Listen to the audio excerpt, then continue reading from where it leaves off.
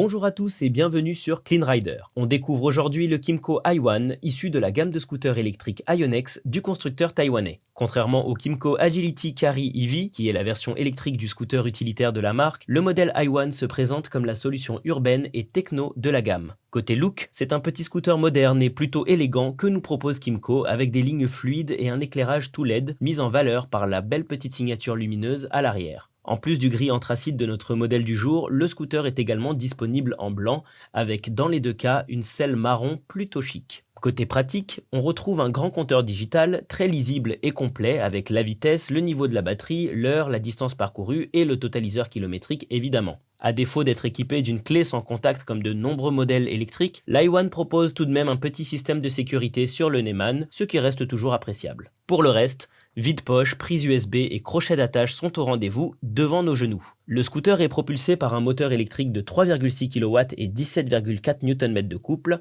placé dans la roue arrière. Et autant vous dire qu'il envoie pas mal, avec des accélérations très franches et plutôt surprenantes, on se retrouve très vite aux 45 km/h annoncés et on a même pris 52 au compteur. C'est fluide, très silencieux à rouler, en plus d'être sécurisant en milieu urbain. À bord, on est tout de même bien installé.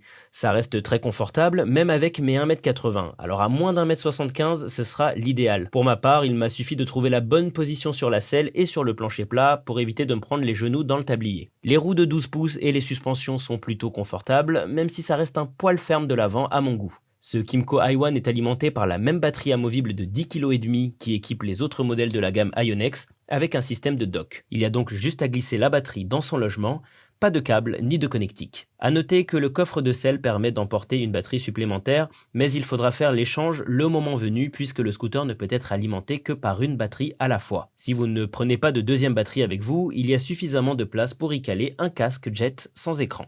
Quant à l'autonomie, celle-ci est annoncée à 52 km pour 8 heures de charge sur prise domestique, mais il faudra attendre de pouvoir rouler suffisamment pour vérifier tout ça en conditions réelles. l'i1 sera disponible en mai 2022 au prix de 3 999 € hors bonus, un tarif cohérent avec les performances et le niveau de finition de l'engin, très correct et abouti sur ce segment. Dites-nous dans les commentaires ce que vous pensez de ce petit scooter, n'oubliez pas de vous abonner à la chaîne Clean Rider et d'activer les notifications. Bonne route et à la prochaine!